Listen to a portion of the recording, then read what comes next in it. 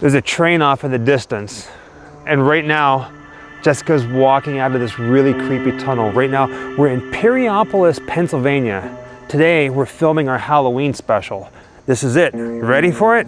A very Grimm Halloween special 2021. For this year's Halloween special, we have something, well, extra special. Today we're meeting up with Doug Bradley, famously known as the Cenobite Pinhead from Clive Barker's Hellraiser. And you ready for this?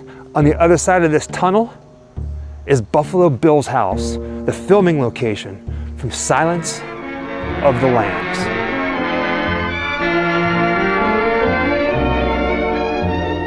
The house is haunted by the echo of your last goodbye. The house is haunted by the memories that refuse to die. I can't get away from a vision that brings intimate glimpses of intimate things. A voice in my heart like a torch singer sings. I wonder who's kissing her now. The house is haunted by the echo of your favorite song. The place is cluttered up with roses that have lived too long, much too long. The ceiling is white, but the shadows are black. A ghost in my heart says she'll never come back. The house is haunted by the echo of your last goodbye. Now we were here about a year and a half ago, real quickly, whenever we were in town doing the filming locations of Silence of the Lambs. And we wanted to get in the house, so this is really special for us. Right here at the driveway, as seen in the movie, The Silence of the Lambs. The house is right over there to the left of the sign. I'm just waiting for our contact to get here so we can get on property. Man, this is cool. I'm already seeing tons of pumpkins. What is this, the third annual Halloween special for Grimm Life Collective? Here in Perryopolis, standing out front of the Buffalo Bill house. This is Chris. Chris is the owner. He's the one with a team of dedicated people have made this place possible. And guess what? Our Halloween guest of honor has arrived. Doug Bradley. Hey guys, how you doing? How you doing, Chris? Doug? Good to see you. Good to see you. Thanks for being here, Doug. Hey. Appreciate it. Thank you for coming to this. Oh, it's a pleasure. This has has been fantastic. It's a dream come true. Here it is in all her glory. She's still looking good 111 years later. Sitting here in the middle of Pennsylvania. You've never been to this house before, right? No. Now, you're a No, fan this of is the first Silence time of the I've been. Lambs? Very much so. Not as much as my wife. Steph lives, breathes Silence of the Lambs, always has done. But sure, I'm a fan. I've got I see that. my Hopkins shirt on. It's a tremendous movie. It's a tremendous movie, and with two great central performances, and Absolutely. and then this fella. Yep. Oh, absolutely. wait. Oh, wait.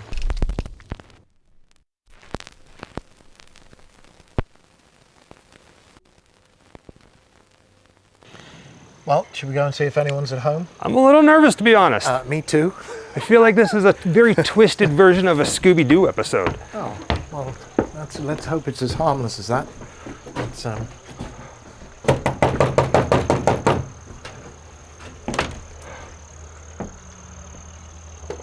Hiding behind Doug. FBI. FBI, right this way. Welcome, Doug. Thanks for Thank you, coming. Chris. Appreciate it, Michael, Jessica. Wow. This is the famous doorway. So I'm this just is checking to see if I can hear a sewing machine in there, because I'm leaving now if I can. in the basement. You certainly can. This is the famous doorway, and this is the spot where Jodie Foster meets Ted Levine for the first time. Good afternoon. Sorry to bother you. I'm looking for Mrs. Lippman's family.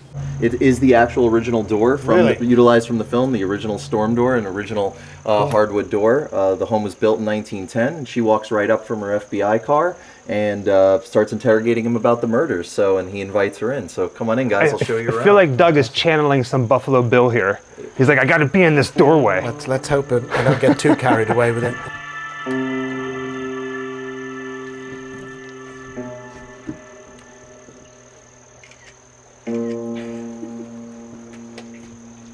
perfect. That's Buffalo Bill's eyes right there.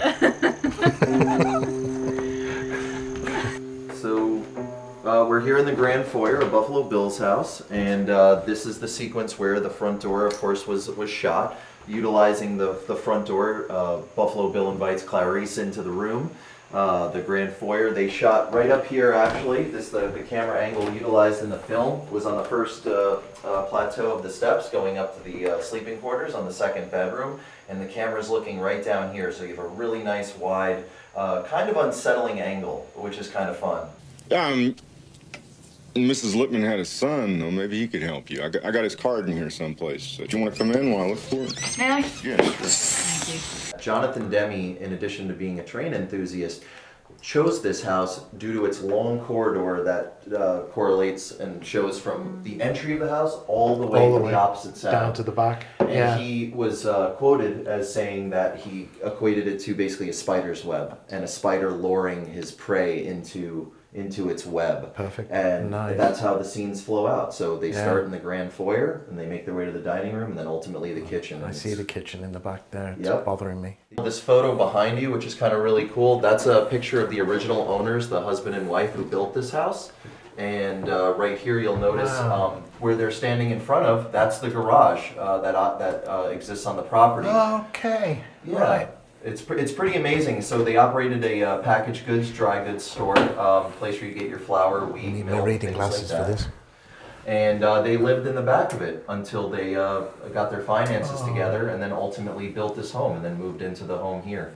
So And that that's- was kind of cool. That's the shock arriving as well, that there's no street.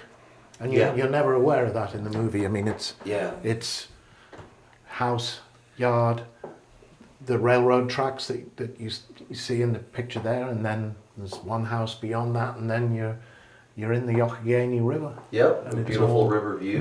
When you think also the final scene which we were talking about, when Jodie is leaving the house Yep. and all the squad cars and the ambulances are out, so that must have been chaos out there because there's really not very much room. I did see some behind the scenes photos from the previous owner directly, showed me, I am still actively in touch with the family who owned the home, and they gave me a really great breakdown of their own personal photographs that were taken during the course of Silence being shot here. And the whole street, everything just littered, the Haddads, 18-wheelers.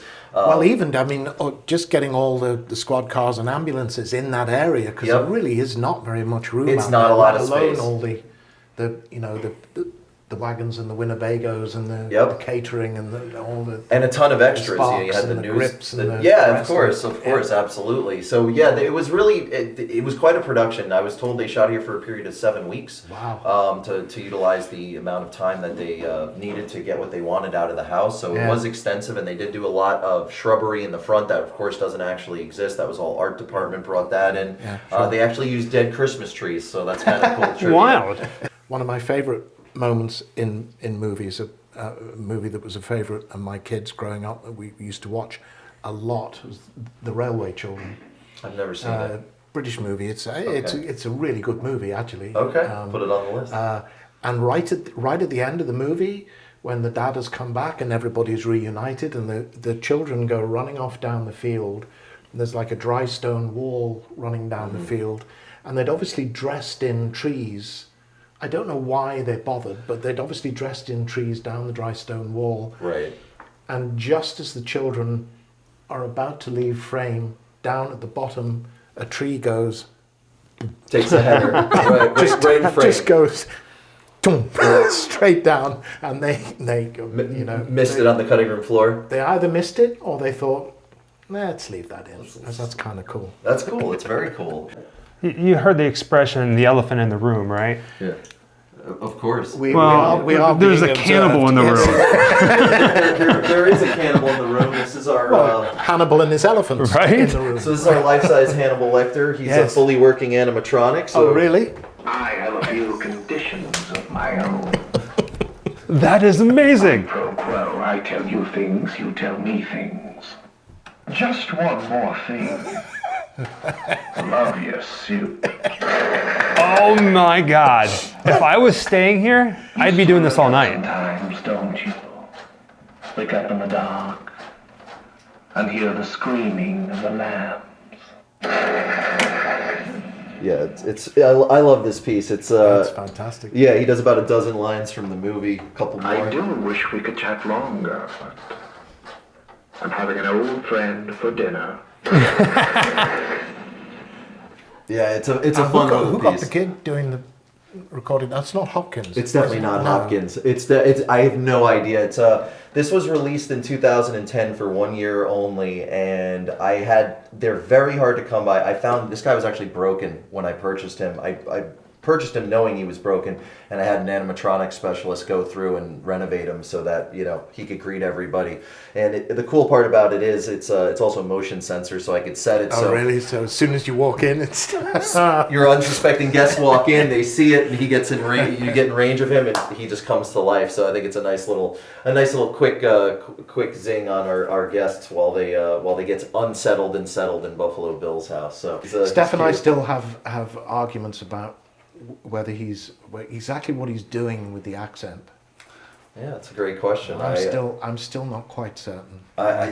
Is he trying to do an American accent? Is he inventing an accent all of his own? I would assume. Well, I mean, we know he's so smart, he's insane, right? I mean, we know that about Hannibal, and Well, I mean Hopkins in terms of his performance, Hopkins has said he's sort of based it on Catherine Hepburn. Yes, I've heard that. And a bit of Truman Capote, I think he's mentioned. Right. I haven't heard that, but I have heard the Catherine Hepburn reference. Catherine had which he does a great impression the of, shaky voice, yes. And Capote was just very, very camp, wasn't he? Very camp. But when you hear Capote talking, yes, you think, oh my God, I mean, you couldn't.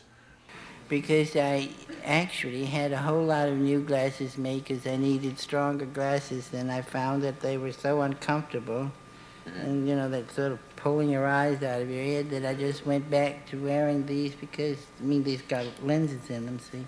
Yeah. But it doesn't give me these ferocious headaches. But you listen to Capote and you think, God, he was nowhere near him. But really? If you tried to reproduce exactly how Capote sounded, people would have laughed. Yes. He was very extreme in his campness. We're just going to you're going to want to go around. This is the iconic dining room, and a ton of sequence was shot here, which is really fun. Wow. Right where pretty much I'm standing right here. This is where Jodie Foster stands as she's kind of evaluating what's going on. And Ted Levine playing Buffalo Bill, of course, is at our famous curio. This is where he kind of posts up right here, Doug. And it's in this very drawer, basically. He opens it up, and she's grilling him, and he's fumbling around with some business cards. Business cards, yes. That strategically placed, of course, for our guests to recreate the famous Buffalo Bill scene, right? You gotta do that, right? You got to. So, yeah, Steph's excited. So, yeah, we keep the business cards in the frickin' drawer so people can reenact the business card drop. I like that. She's into it. And then the moth in the movie lands, there's some sewing apparatus right here, right by where you're standing. Right. And she noticed that the death's head moth lands in this spot. And it's at that moment she realizes, of course, he is in fact the killer. And she makes a reference to, unholster her weapon. And she basically pulls her gun on him and says, freeze. That's when we get one of these. He takes off into the kitchen. And turn around, spread your legs. Put your hands in the back, thumbs up, freeze! And action. Oh, that's perfect. Love it. Oh, yeah. really good. That was actually exactly the way his body swayed. You got it. You got the sway there. Great. You got it. Over here at the stove, so right after Buffalo Bill drops his business cards and runs right here, it's a different stove, a much older one, obviously. But right here, he has his revolver, and he picks it up, and then the camera pans pretty much right from where you are, Michael, and goes all the way across, and you get a nice wide of Buffalo Bill walking to the basement, his workshop, to retreat, and he's kind of continuing to lure Jodie Foster in. And a really cool thing about it is, so this wallpaper was not on the walls. This is what the homeowner chose to go back up after production. But right here, This piece right here is actually, this is a production utilized piece of wallpaper. It's a leftover from 30 years ago. It's the actual wallpaper that was up in this kitchen during filming. And I was very lucky and fortunate enough that the previous owner, who was here for filming, gave me a sample that was left behind after they tore it all down. So this is actually a screened used piece of the country wallpaper. Crazy. Wallpaper. I want to know where you got the liver and fava beans picture from. Oh yeah, that was one. I believe that was one of the ones I actually purchased with the idea of being it as a kitchen for the country kitchen.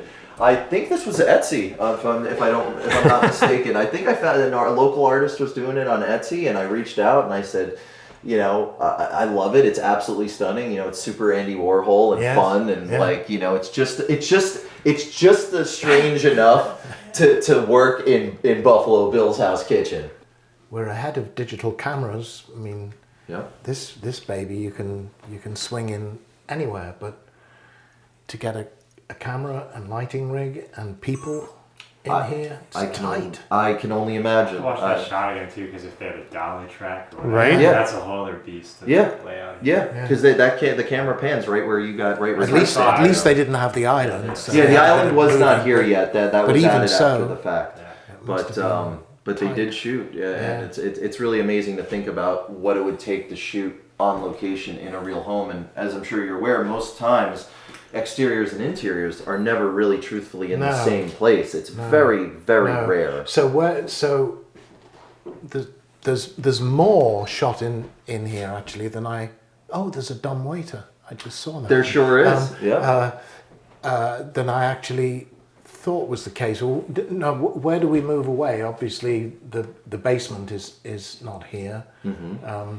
The lotion in the basket stuff is not here. The workroom is not here. Right. Then all the night vision stuff, was that?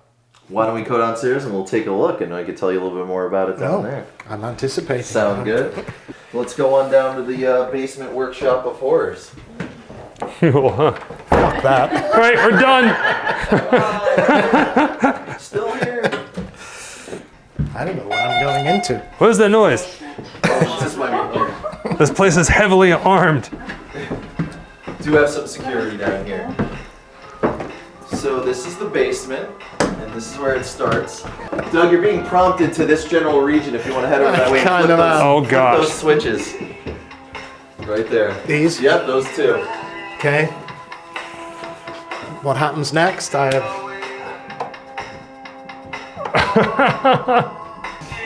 So this is what I affectionately call the Workshop of Horrors.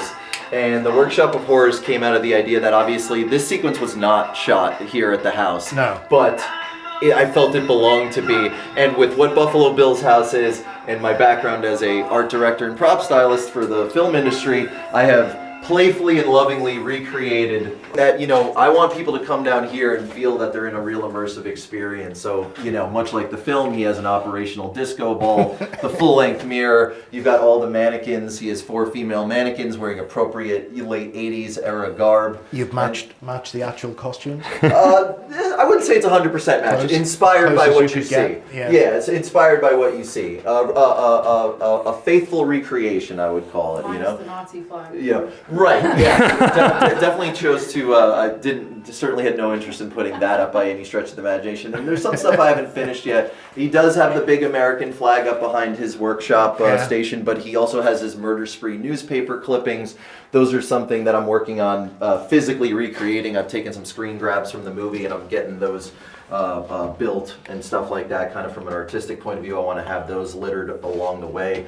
And this is kind of a fun piece here. So this is Benjamin's head right here. The head in the jar that, of course, Clarice finds at the Yourself storage unit. She finds it and finds its way into Buffalo Bill's house basement. So this was actually made by a budding special effects artist who was a fan and followed us on Instagram and reached out and said, I'd love to gift you this. And I said, sure. So then I opened up the mail one day at Buffalo Bill's house and there's a head in a jar. So that's the cool stuff you get when you own Buffalo Bill's house. People just send you heads in jars. You get a lot of fans and artists offering you stuff? I do now. In its infancy, not as much, but it seems to be resonating with people. Word is out. Yeah. Because you can actually come and stay here, right? this is the deal. You've only just been open for about a month. A month. Yeah, right. yeah. We opened Labor Day weekend, 2021, and we have had a few guests, so it's been getting really positive reviews. But the format structurally is that it's an overnight accommodation for I'm calling this place a cinematic destination. So you can come and rent Buffalo Bill's house for up to 8 guests at once, and it's a totally private experience. So every booking party is one party at a time. And we're utilizing the platform. Basically, everyone gets a private experience here. So, it's not a bed and breakfast. You don't have to stay with strangers, things of that nature. So what you're telling us is, somebody can come here and virtually all night without sleeping. Yeah. Come down here, listen to Goodbye Horses, and dress up and dance with their between the legs. Well, you can. What we like to say at Buffalo Bill's house is put on the kimono. There you go. And get your tuck on. So it's do the tuck. We got this lovely red kimono right here. And I'm not going to sit here and lie to you. Like I've never put this on before, and I am the curator of Buffalo Bill's house. So you got to test out the room, right? You got to make sure it feels right. So if I said I didn't listen to Goodbye Horses down here, I'd be lying my ass off. And have I tucked it? You're goddamn right I have. So that's the God's honest truth. I mean, how could you not with a full length mirror and all these lovely accessories to have fun with? But I think most of us have, actually. Yeah. Not here, well, but you get to do that uniquely. I do. In the privacy of your own home. Oh, yeah. It's a good time. Look at that. He's putting it back on. He can't get it off. I just do the tour in the robe. Why not? It makes sense. I say keep it.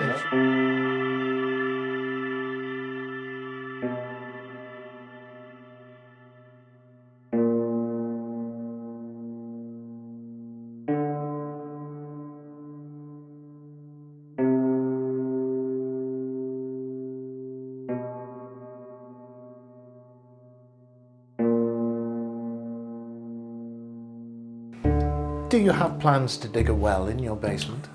Funny you should ask, Doug. Come with me yonder, and we're gonna go investigate where that may or may not be taking place. We're gonna go right this way on the other side. And back here is the original coal cellar in the house. So the fun part about it is that it's kind of a ready-to-go place. Oh, get out of here. Yep. So come on in. Oh, this is twisted, my friend. There you go. Oh. So, in regards to the well, this was the coal cellar for the home, and of course pre-modern day heating and everything like that, they would just shovel coal in right through this window. This would be the storeroom, and you'd feed the fire, and that's how the homes were heated. Obviously, So you can still. So this is just earth. Yeah, I can smell this it. is just raw earth. You still smell the coal. Yep. Yeah, it's still years later, you still have that raw smell down here. I don't know, Doug. What do you think? I know. I'm going to start digging. You're going to start digging the well? So Precious's real name was Darla.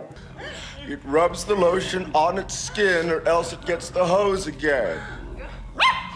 Darla. Darla was a female Bichon Frise puppy, and in addition to being she has a better movie career than I do.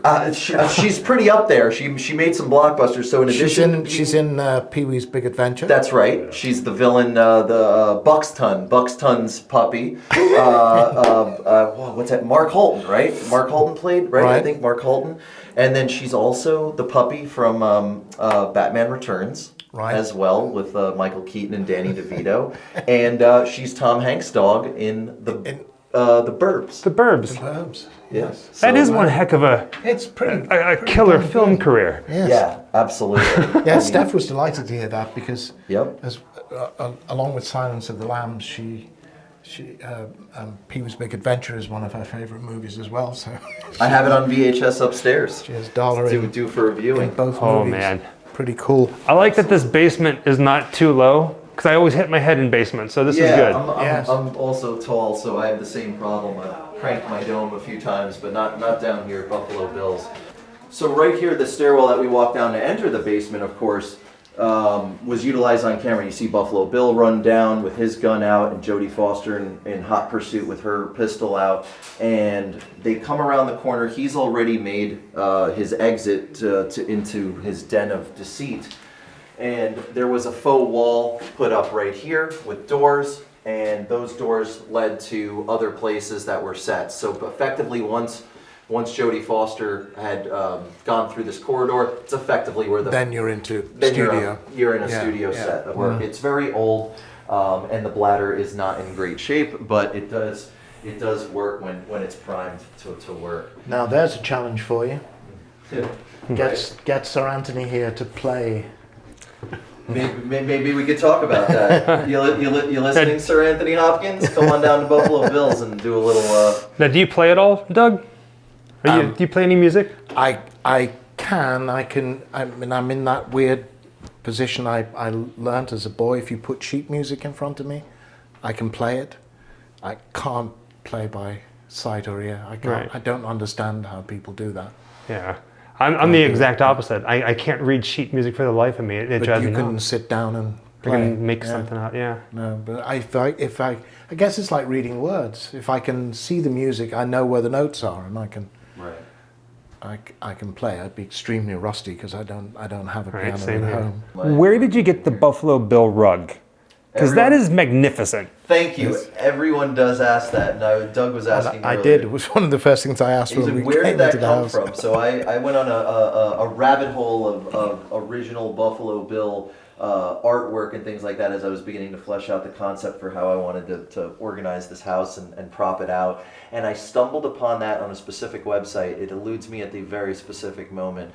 But basically it was instead of frames and textiles and things like that, traditional ways to hang art, it was all things along the lines of rugs, shower curtains, stuff like that. So it is completely original art, and I love it because it's him right before he does the tuck. Right. I mean, it's like iconic. Yeah. I mean, it's him. It's the shot of what the VHS camcorder sees right before he goes for it, and then of course there's the big shocking reveal. You're very into the tuck, aren't you? Oh, yeah. You got to be into it. I feel you're rather distressingly identifying. I do. with Bill. Listen, I just based my whole life around a fictional serial killer who not only makes his handiwork of slicing up women in flesh suits, but also does some amazing dance numbers on film. So why the hell not, right?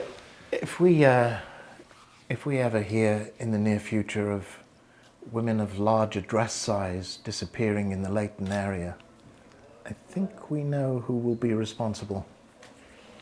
Well played, sir. I believe she was about a size 14. I believe she was a size 14. Oh, wait. Was she a great big fat person? Great big fat person. The voice? Why aren't you giving us the tour in this voice? Oh, you should be. From here on out, it's mandatory. It's mandatory. It's going to be a hard sale. We're going to try to make it happen for you, Michael. Need Steph to give us Jodie's line. Right. He's making. Was she a great big fat person? He made himself a women's shoot out of real women. Well done. And that's the whole first round. Of course, we have a little Precious over there. You do. I noticed Precious. Oh, there's Precious. Say hello to Precious. She keeps an eye on everything. Precious is here. Don't hurt my dog. Don't you make me hurt your dog. She's not real bad, mister. I think she needs a vet. She's hurt real Let's bad. do the movie right here. Right? It's full blown. Upstairs to the quarters and see where, when you book a stay at Buffalo Bill's house, where you get to lay your head, which is kind of fun.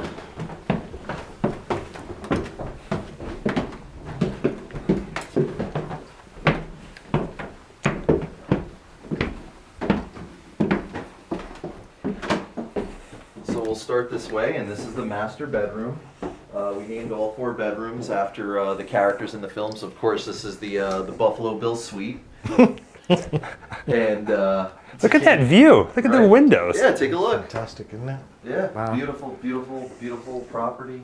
Quite serene, given the dark subject matter of the film, obviously. And you provide kimonos. Right. Kimono's always up for grabs. It is important to be comfortable in your own skin because it's illegal to wear someone else's. Remember that, children. There you have it. Bedroom number 2 is the Hannibal bedroom, and this one is we have a queen size bed in here, and of course Buffalo Bill and Chill prominently displayed above the bedroom for happy moments amongst couples when they come stay. Oh, that's kind of worrying. The steps that go down? Leading out of the Hannibal lecter Parlor suite. room, yeah, the music room. Yep. That takes us back down into the music room? Yes, right by those stairs dump out right by the church organ we were looking at earlier. Yep. Or at least you. That's your story, and you're sticking to it. Why don't you go look, Doug? Find out for yourself. And this is the third bedroom over here. We have the Clarice suite. Nice. Yeah.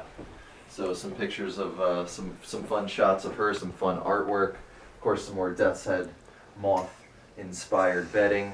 Jessica and I were in here earlier. Yep. And she was commenting on the wallpaper, how it kind of looks like it's like well rocked. It does. It has a well connotation to it. Now, none of the wallpaper up here is original, right? No. I'm from the previous owners. They told me I believe this went up in the late 70s.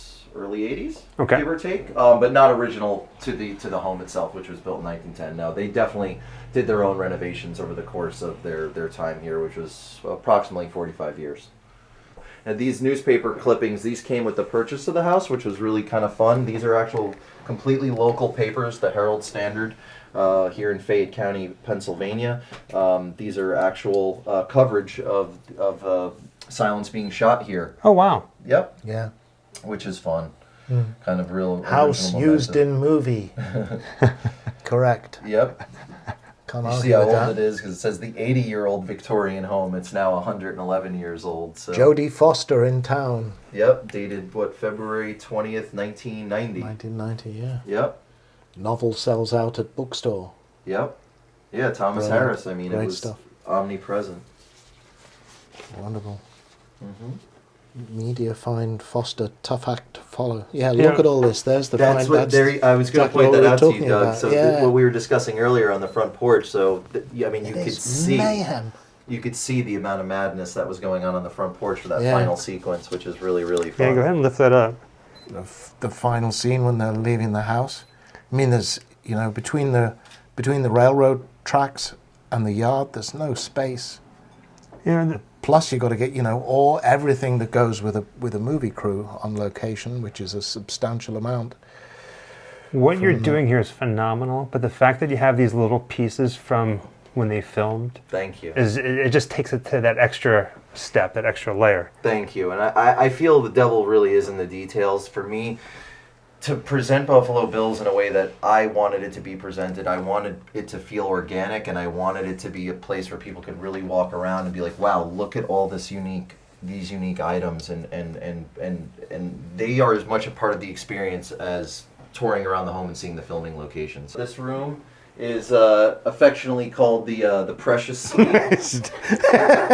for the kids? For the kids, exactly. We got a couple of low-seated twin beds, And that picture of Precious up there on the wall, too, that's a little... that's worrying for the kids' bedroom. Oh, man. Yeah, a little disturbing to have your children stay in the Precious Suite. Went for something a little more fun in here. We had our logo, custom put on the bedspreads and the pillows and stuff. But it's just it's also because Buffalo Bills, I wanted it to cater to all demographics and walks of life. So at the end of the day, I want families to enjoy this home and what it offers as much as couples or friends get for a getaway weekend. So there may be other people staying in the house at the same time as you. Or you may have the whole house to yourself. Exclusively, you have the whole house to yourself. Exclusively. Always. Even if there's only two people. Two people here, you have the whole house for as long as you book it for. Yes, that's correct, Doug. Fantastic. Yep, absolutely. And a housekeeper, they come after you leave and clean up and reset the beds, the linens. We get the laundry done. We sanitize obviously everything, high traffic areas and stuff like that. But when someone books a stay, you exclusively get it to you and your booking party for guests up to 8. Entirely self-catering. Entirely self-catering. You get the key code to the house, and you get to explore and relax at your leisure. And I think because there's a lot of filming locations you can go to, and I feel that Buffalo Bills is different because it allows you to explore it in that private atmosphere, where it's at your own pace. Book party at your own pace. And I think that's what makes it really unique in its own right too. So, well, as we were just saying, leave aside the whole Silence of the Lambs thing. It's it's such a beautiful house. Thank you. Thank you so to be able much. to come and stay in a house like this on its own is. I think so too, and even if you don't necessarily love the movie, which why wouldn't you? But it's a beautiful place for a getaway weekend, a nice quiet slice of life, something off the beaten path, which is really a lot of fun. TV, and I have both a functional VHS player, so I keep a lot of old school tapes, cassettes, and DVDs, and there's more over there. So there's probably about 400 vintage movies here on different formats. So horror, comedy, action, drama, a little bit of everything. And if you can't find a movie to watch at Buffalo Bill's house, then you're doing something wrong, because you certainly have a lot. You can go downstairs and just sew. Yeah, or you could go downstairs and sew and get your tuck on. You can do that too. Which we hope everyone does all of it. This piece over here is one of my favorites in the house. So this schematic blueprint is an actual, it's a photocopy. It's not an original, but it was done right off the original. This is from the production designer of Silence of the Lambs, and it's the schematic of where they wanted what prop where. Dated January 17th, 1990, with the Orion studio stamp on the corner, and it shows exactly where they wanted all the pieces. All the dead Christmas trees we were talking about earlier that were brought in. My favorite note on this is actually the kitchen, where it just says "Junk a la Ed Gein." Of course, Ed Gein being the real life serial killer who Buffalo Bill was based upon. So, but that's an absolute real schematic. That he's an amalgam of several, though, isn't he? Absolutely. Yeah. Absolutely. I've never seen a handwritten call sheet. I couldn't believe it either. This is from February 14th, Valentine's Day, 1990. And you can see what time, who was picking up Ted Levine and when they needed to pick him up at the hotel and bring him here for the shoot. Hopkins is not number one. Yeah, Jody's on this one. And Scott Glenn is 2. Yep. Hopkins is 3. Yep. I guess they were all on hold that day, right? Hold, right. Yeah. Jodie Foster had a 6:40 in the morning call time. Is that for working here? I'm told this is from working here. Yep, this was a working here day. So they would always have put Hopkins' name on. He would always have been hold, even though he was never ever going to be. Right, because onward to Pittsburgh. Yep. Please have your bags packed and in incidentals paid before crew call. Yeah, so Ted Levine was due at 7:10 here that day, and Jody was due at 6:40 a.m. She had a 30-minute pre-call. 6:40 in makeup, 8 a.m. set call. Yep. Pick up at home to location. Yep. Right. Did she have a rental house nearby? I don't know the answer to that. It's very, very possible. But the only two people that actually have the set call are Jody and Ted. And John Rowbottom, stunt coordinator, 7:10 a.m. Yep. So that was just filming. Interior gum hallway. Clarice discovers him. Interior gum's kitchen. She searches kitchen. Yep. Interior gum's basement. She searches basement. Time permitting, exterior gum's house. Clarice drives up. Yep. And that's 4/8, 5/8, 1/8. What is that? 9. 1. There you go. That's 1 1/4 pages of script. Yep. One day. One day. So this is what date is this? February 14th, Valentine's Day, 1990. Valentine's Day, yeah. And it even says, "Be nice to your loved ones day." Whoever, I guess the second AD was. And then they've got advanced schedule here. Yep. Thursday, February 15th is all the ambulance stuff and promo session. And then February the 16th, exterior apartment parking lot.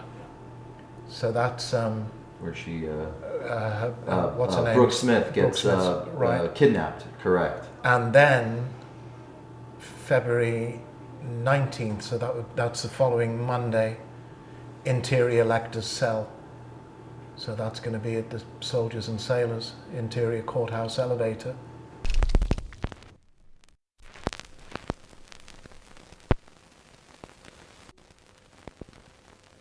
And Chris is planning on bottling his own Buffalo Bill Chianti. Yes. Really? Yeah, it's in the future. It's a topic of conversation. I'm in the conceptual stage, so we're not there just yet. But I would love to make that a reality in the for next year. So yeah, something I think the world needs. Little Buffalo Bill's house Chianti. Heckins, yeah, I'd drink some. Yep, and you could see, you know, normally we're just past the season pretty much. These are ones that didn't quite bloom, but in the prime of summer, you will get some really lush grapes. Yep, there you go. They're actually very tasty. I have eaten these right off the vine. Absolutely. Do you know what variety they are? I don't. I truthfully don't know the variety, but it's right. Not too bad. Well, it's really nice. Yeah, it's good. It's a nice sweetness, but not, you know, not too intense. It's got a smoky flavour to it too. It does. They're really. I've never actually eaten one of these off the vine. Now's your time. There's a couple left on the season. These are probably the last vestige of it. This guy's probably reasonable. So just grab one of those. There you go. All right, I'm gonna turn this camera around. Yeah, do a little taste test. Grapes from Buffalo Bill's house. Yeah, grapes from Buffalo Bill's house. There you go.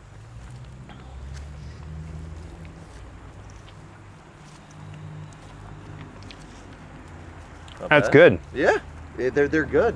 There are a bunch of Look at that. fruit-bearing trees on here too. We have an apple tree on the other side. So you got a story about this well? I do. So this is a well situated on the property Well. here. So I was told that when they were designing the interior for the actual well for the film, they opened this up on this property, took photographs of this interior of this well, and then used that as the basis for what was utilized on the set up in Monroeville. Cool. So the well that you actually see was inspired by the interior design of what sits under here. Nice. Chris was telling us that the bus across the street has been here since they made the movie, and you can actually see it in the movie. And of course, at the time, it was a different color, but it's still here in the same exact spot. It can be seen in the shot. Look at that.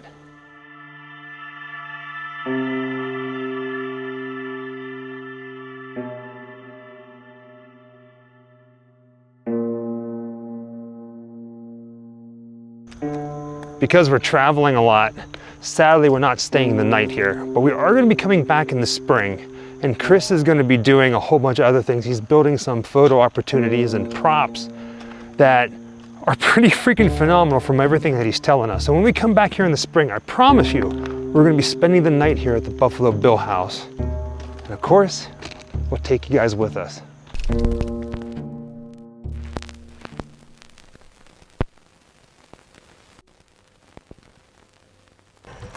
First and foremost, Doug, thank you for taking the time and coming out here to this house. Oh, thank you. This was, you know, such a good idea that I had. Yeah, right? Originally. Well, Chris had already invited us out to the house, and when you talked about doing this for Halloween and picking a location in near Pittsburgh, this seemed like the obvious choice. Two birds with one stone, and it's just fantastic. If I remember correctly, so this is for the Halloween special for 2021. Every year we do a Halloween special. And I reached out to you last year for the Halloween special, but schedule conflicts couldn't happen.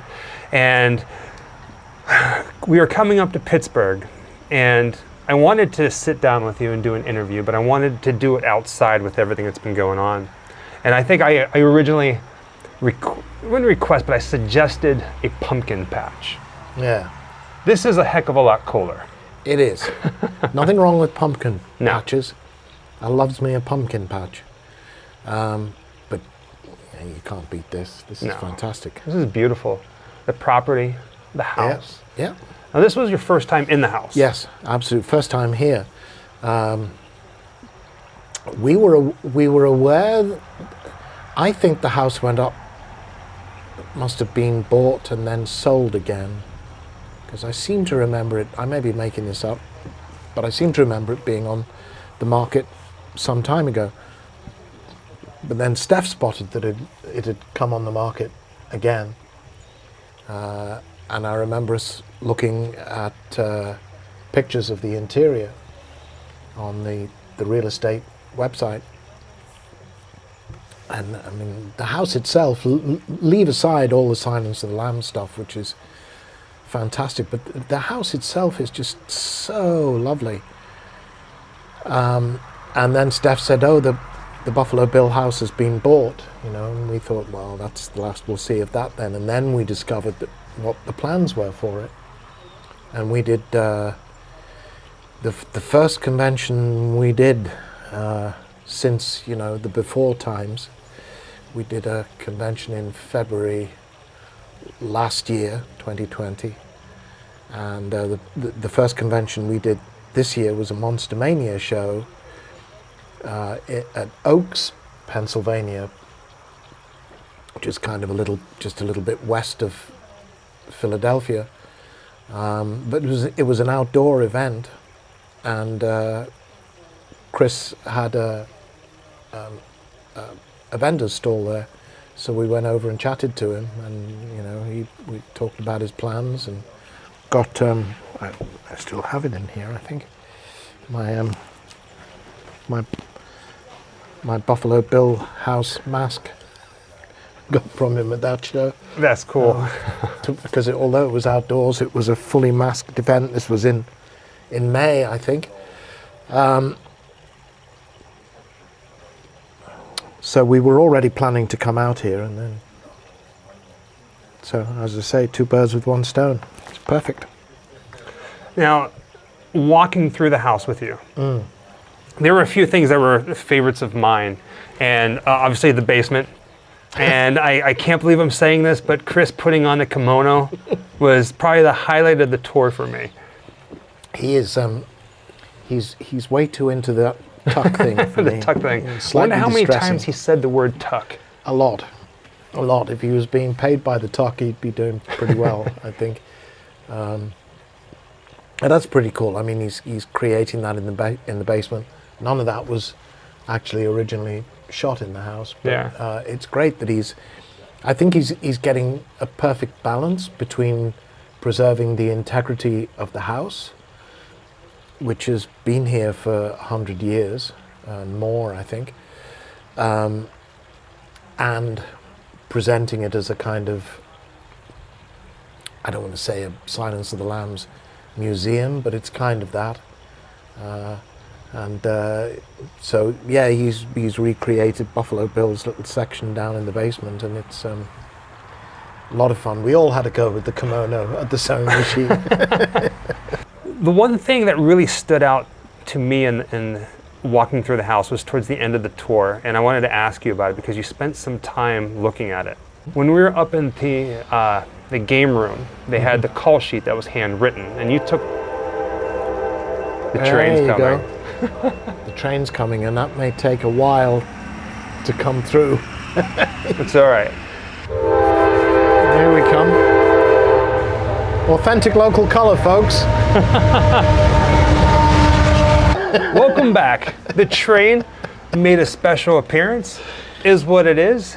We do these things, and you just never know. It's not. It is. You come out of the front of the house. There's the yard, which you're familiar with seeing, and actually you do see it in some shots.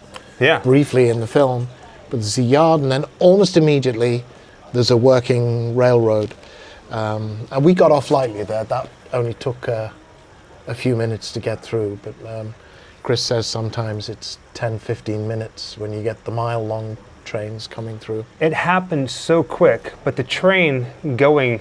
It looks so beautiful, right, with the light coming through, the sunlight and the trees and the river beyond.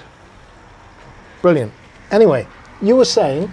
So up on the 3rd floor in the attic in the game room, there was a handwritten call sheet. Oh, yeah. And you took the time to read it, which most people wouldn't do, and I found that very intriguing. Well, it's an inside thing, I guess. Firstly, I've never seen a handwritten call sheet. So Silence is shot in 1990, I guess, is it? Released in 91, and that call sheet was the Valentine's Day call sheet.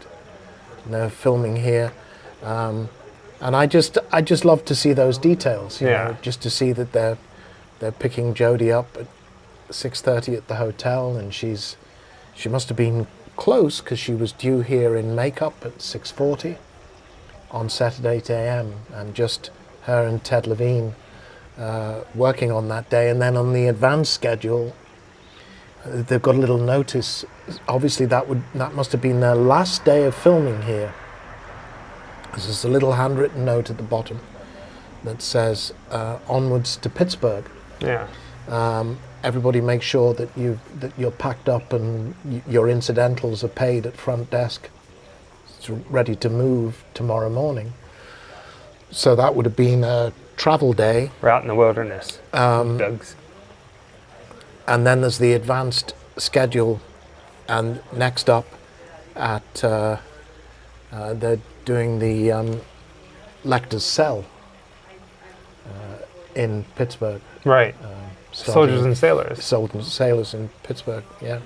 So, cool, but I just love to see that record of everything, when sunrise was and sunset, and who else was called that day, and what scenes they were planning to shoot. And as I observed, you stitch together, I think they were doing 4 or 5 scenes, you put everything together, they've shot about 1.25 pages out of the screenplay. It's crazy. In a single day. Yeah. Now, I know that Silence of the Lambs is a big deal for your wife. What about for you? Not to anything like the extent that is for Steph. I mean, we were going through the house, and she was... I saw her out of the corner of my eye. She lit up. You have no idea. You have no idea. There's 2 things. Firstly, she seriously considers Anthony Hopkins to be the greatest actor of all time. It would be hard to make a case against it. There are a number of names you could put in the frame alongside him, but he's magisterial. What's so annoying about him is that it makes it look so fucking easy, and it really is not. So she's always been a major fan of his.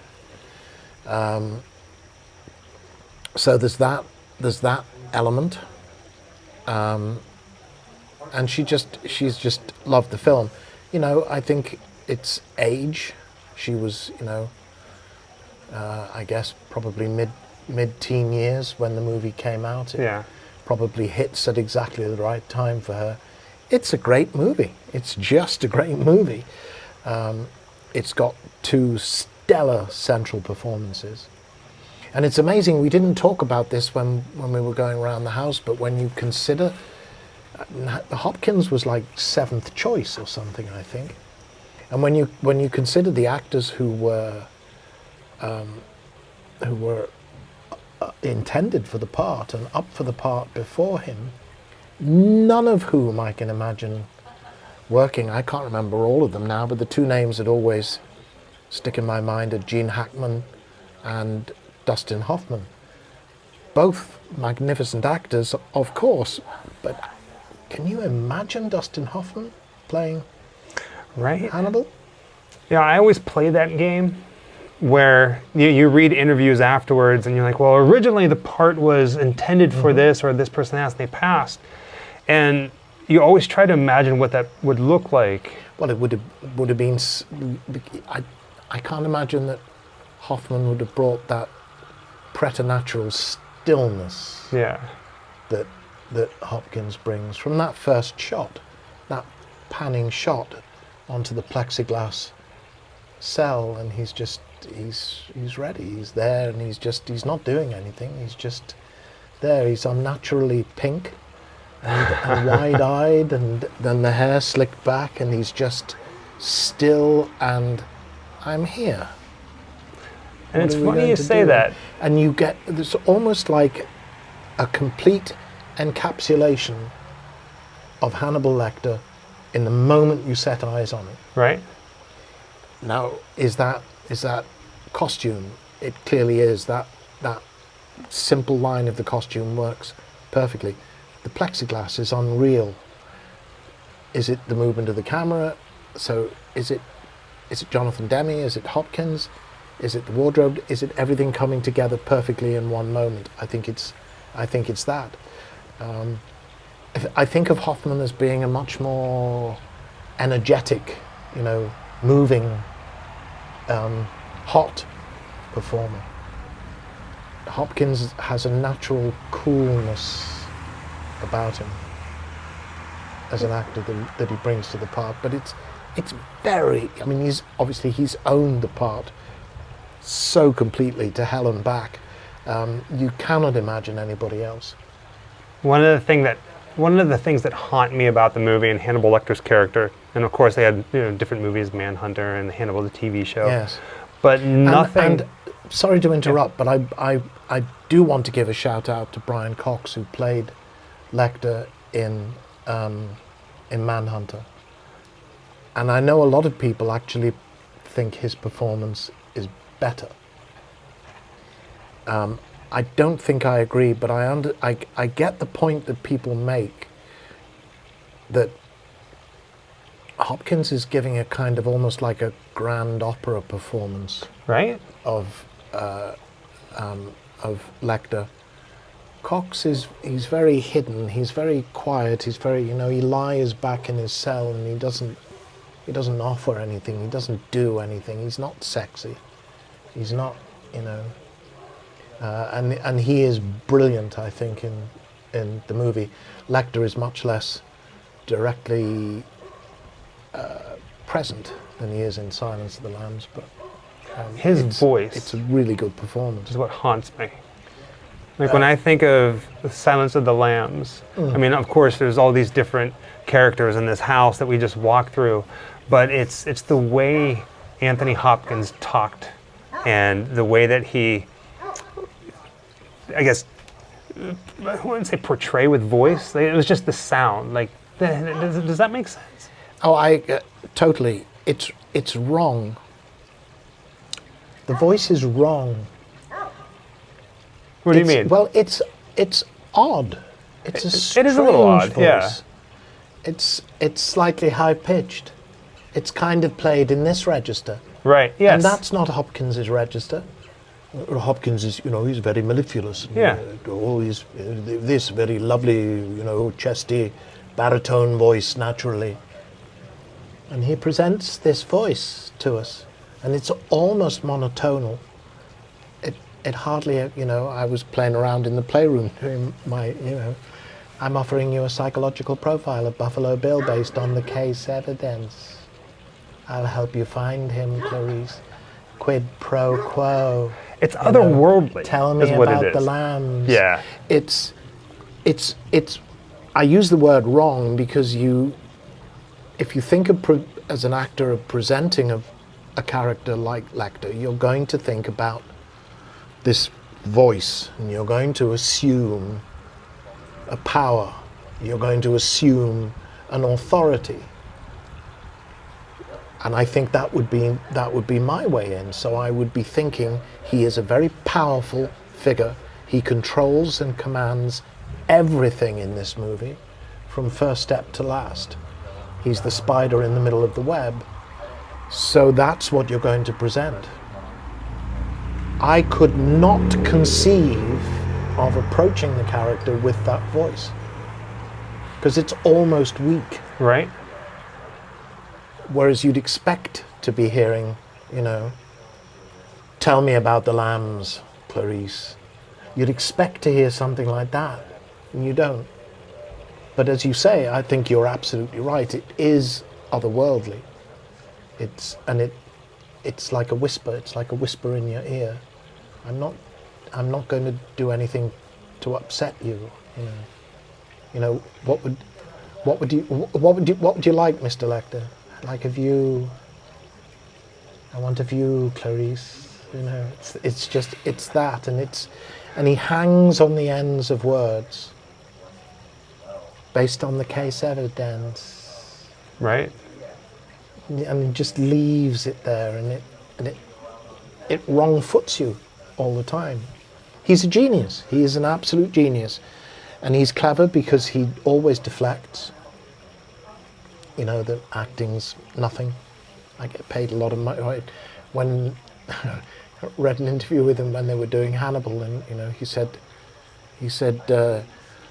oh yes, it's all very difficult. The other day I got picked up in my luxury hotel in a in a lovely big car, and they drove me to set and gave me a lovely breakfast. And then I played the piano in the morning. And then we had lunch, lovely lunch. And then in the afternoon I walked down the street and put a letter in the mailbox. Then I went back to my hotel and had dinner. Difficult day. And he's brilliant at doing that, deflecting, you know. I don't want to talk about the detail, but it's all there, it's all there. You catch him sometimes, and the thing he always says is that his approach is read the script, read the script, read the script, read the script, read the script, read the script, read the script, read the script. If in doubt, read the script again. Because everything you need is going to be in there. And I think he said that the voice was what he heard, something to do with Clarice being in a tunnel and Lecter talking to her. And that's the voice that he heard. It works perfectly as well, I think, for the kind of seduction that is playing between Lecter and Clarice all the time, but it's such a cold, detached seduction. It's not there's never any kind of, you know, I'm sexually interested in you, Clarice. It's not there, but it's there. Right. You know. I could talk forever about Hopkins. I think it's perfectly fitting because, you know, where we're at. And it got me thinking, listening to you talk, especially about the house, I've been thinking about this, you know, driving over here, or flying over here, then driving across country to come to do this and film this Halloween special. It really put into perspective what we're actually doing. And to explain that, there's a bonfire directly behind the camera at the next yard over, and I'm smelling this bonfire. Dog barking. And there's a dog barking. The train went through. There's woods all around. Fountain plashing in the front yard. We don't have things like this in California. You don't? They can't even light a fire. If you do, you burn the whole state down. Yes, of course. So this feels... Plus you'd probably get arrested for adding to global warming. So this feels Halloween to me. Sure. And here comes another train. Another train, folks. Cut. But don't cut yet. No. Hear the clanging of the railroad. See, we'll let it go. See, the train is coming. I can see the headlights of the train now. But there's a roadway crossing the tracks, so the trains have to sound their horn 3 times approaching, just in case. And this could be a 10-minute train. Right? No way of knowing. Here it comes. We'll be right back after these messages.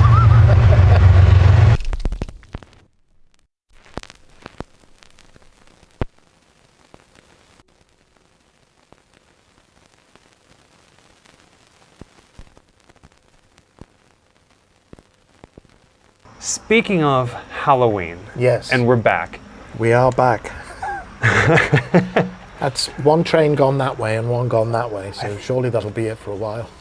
Hope so. If not, it is what it is. It is. Now, I wanted to ask you about your experience with the Halloween holiday. Mm-hmm. Now, growing up over in the UK, Liverpool? Yes. And then I lived in Liverpool. I left Liverpool when I was 22, I think, and then lived in London for the next 30 years before relocating stateside. Now, a couple years ago, I had the pleasure of sitting and talking with Dave Vanian of The Damned. Okay. And he confirmed, I asked him, like, do they have Halloween over there? Do they celebrate? And he said, well, not really.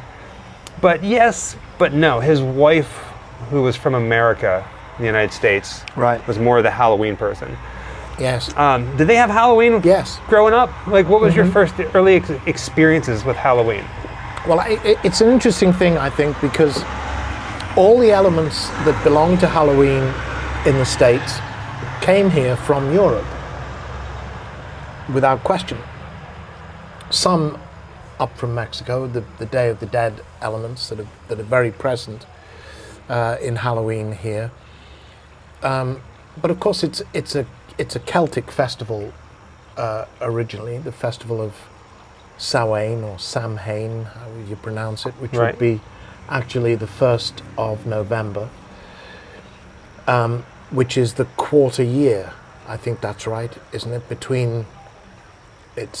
It's midway between the summer solstice and the winter solstice, I think.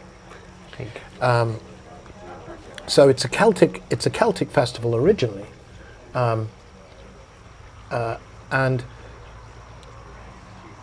the basic idea of Halloween is that it's the hinge between the warm, growing, fruitful time of the year, and we're moving into winter, which is the cold, lifeless half of the year.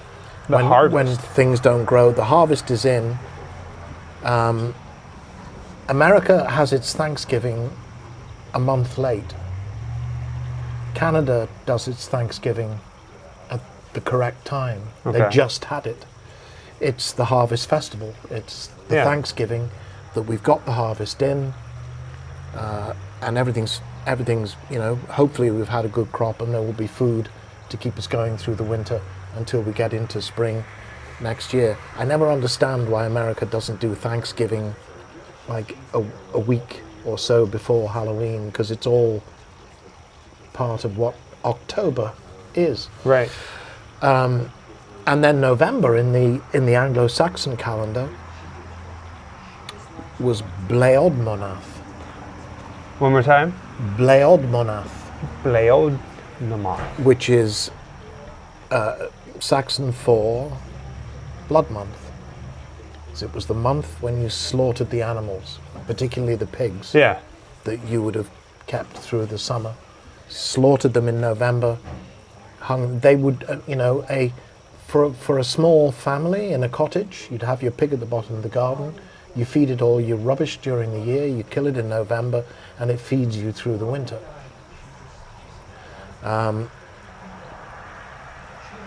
It's getting kind of roundabout. This is my lecture on Halloween, ladies and gentlemen. I like it because each time that I've ever encountered, like the first time I ever met you, I'm a windbag. No, you're very knowledgeable about things. Well, I've always read a lot, and I've always been very interested in mythologies and folk culture, folklore, and so forth. So the masking tradition comes out of Europe. A lot of that comes out of Europe. It comes over to America with the settlers. The curious thing then, to me, is that Halloween takes root in the States and it grows and develops. Right. In the UK, when I was a boy, yes, we celebrated Halloween. There was Harvest Festival immediately before it. I grew up in a church-going family, and there was the Harvest Supper, which is actually the Thanksgiving meal, that's all built around that idea that we have the harvest safely gathered in and we're all good to get through the winter. We're more removed from that now because we can go to the grocery store and buy anything from anywhere in the world anytime we like. But when you were tied to eating seasonal food only, winter was a difficult prospect. And if you had a poor harvest, you might be in trouble, in serious trouble of starvation to get through before things would start to grow and could be harvested again in the spring. But Halloween was almost non-existent. Trick-or-treating didn't happen. We did two things only that I can remember, which was bob apple and duck apple. I don't know duck apple. So bob apple was, we had an old pulley in our kitchen when I was a boy, which was wooden slats attached to the ceiling with a string that you could let down to hang the washing on. Okay. And then you bring it back up to the ceiling, and the washing would hang there to dry. And you would core out an apple, put string through it, and tie it back up, and then tie it to the pulley. Or it didn't have to be a pulley or anything. It just happened to be convenient for us because you could let the pulley halfway down. So then the apple is hanging at mouth height. What happens with bob apple is that you have to bite the apple, but you can't use your hands. So you're just trying to get your teeth onto the, we were easily amused. I thought bobbing apples was like, you know. Well, no, but that was bob apple. Okay. So what happens is when you can't use your hands, so the apple is hanging by a string. You put your teeth against the apple, and it moves away from you. Right. So it sounds very easy, but it's actually really difficult to capture the apple using only your teeth. So it would be me and my sister, and the first of us to get a bite out of the apple would be the winner, and we'd get candy. Duck apple is exactly the same idea, but the apples are in a bowl of water. So now, again, not using your hands, you have to bend over the bowl of water and try and get a grip on the apple using only your teeth. That was pretty much it for Halloween when I was a boy. The thing to remember in the UK is that, so what Halloween is October 31st, on November the 5th, we have bonfire night, Guy Fawkes Day. Yeah. And that's a whole other story about Guido Fawkes in the 17th century trying to blow up the Houses of Parliament, which is commemorated with bonfires and fireworks. And there's that bonfire smell again. You get that? It is. How weird. And that's I associate that smell with this time of year. The cock is crowing. Don't mention the train, son of a bitch. No, don't mention trains. We don't need any more trains. So that's a big deal. I mean, these days, organised firework displays like the 4th of July here. But when I was a kid, we just let fireworks off, and we'd build a bonfire in the backyard, and my dad would let off some very simple fireworks, which I thought was the most exciting thing I'd ever seen, because we didn't see fireworks any other time of the year. You get some huge displays, some of which are pretty famous. There's a place called Lewis in Sussex in England, and they build a colossal bonfire every year. It's always been tinged with religious friction, because the gunpowder plot was in which way around was it? I think it was a Protestant plot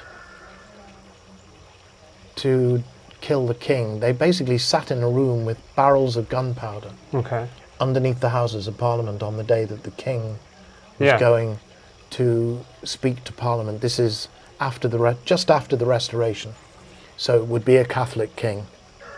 I'm pretty certain. I might have that wrong. It's whichever way round it is, that's what it was. They were discovered, but they were sitting there with their barrels of gunpowder. When we have the rhyme that every kid in England knew, probably don't anymore. Remember, remember the 5th of November, gunpowder, treason and plot. Yeah. And that's what November the 5th commemorates. And we'd have, cooked sausages over the fire and put baked potatoes in the ashes. So you got Halloween and November the 5th just, barely a week apart. So the fact that Halloween was a lesser deal didn't matter, because bonfire night was a big deal for us as kids. It still is in the UK now. Even though Halloween, I think because of the influence of American TV and movies, Halloween is is now in the UK pretty much as you know it in America. Okay. Not on quite the same organized scale. I was amazed here that there's a time, an allotted time, when the kids are allowed to go trick-or-treating. It never used to be like that. Start at 6:30 and end at 8:30. No, really? That's not trick-or-treating. No. Back whenever I was growing up, trick-or-treating was, now you got those little bags. Those little bags with a pumpkin on, they're so cute. But whenever I was growing up, you would get 1, 2, 3, 4 pillowcases. You're right. And you went until the last street light was out. Right. You know, Came home with mountains of candy. It's crazy. Now, one of my favorite Halloween representations is in Meet Me in St. Louis, the Judy Garland musical. It's a wonderful, wonderful sequence, and that very much carries the element of the egging and flowering houses, right? The people that you don't like very much, and the trick side of Trick or Treat seems to have gone. Yeah. Was it more present when you were a kid? So you would knock on someone's door and they'd say, "Get off my lawn," and then you'd take revenge on them.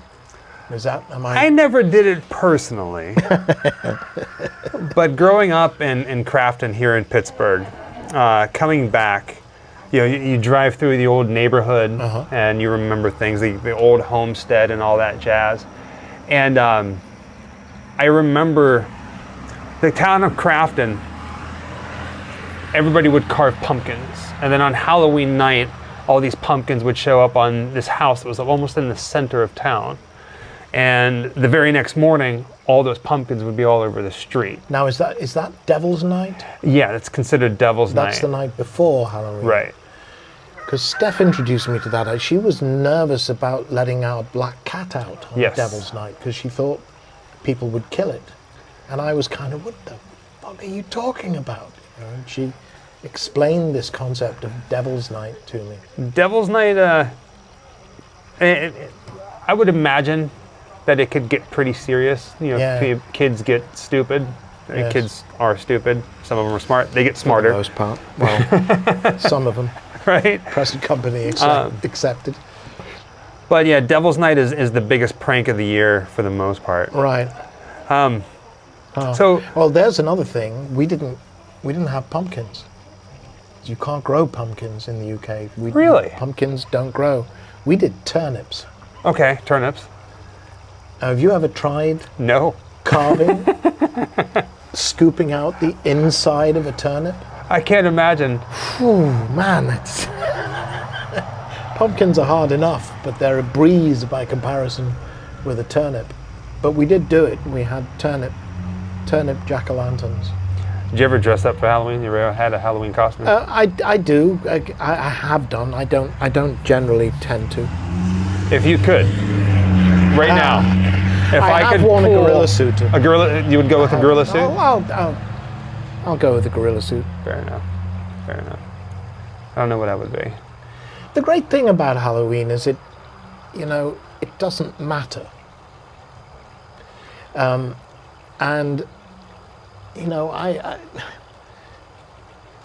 reasons why you would take Halloween over Christmas. And they're various. One, it's a holiday devoted to the imagination. Right. And nobody is trying to pretend that any of this really happened. It's all imagined. And that imagination is allowed to run anywhere and everywhere it wants to go. Favorite creatures from horror films, of course, any creature. Steph last year was inside one of those, blow-up dinosaur things, with the internal fan running up and down the street. It's fantastic. You can do any, you can go as a nurse, you can go as a priest, you can go whatever you want to dress up as, you can dress up as. There are no limits. Nobody's going to tell you, that's not in the spirit of Halloween. Halloween allows you to do and be anything you want to do and be. Right.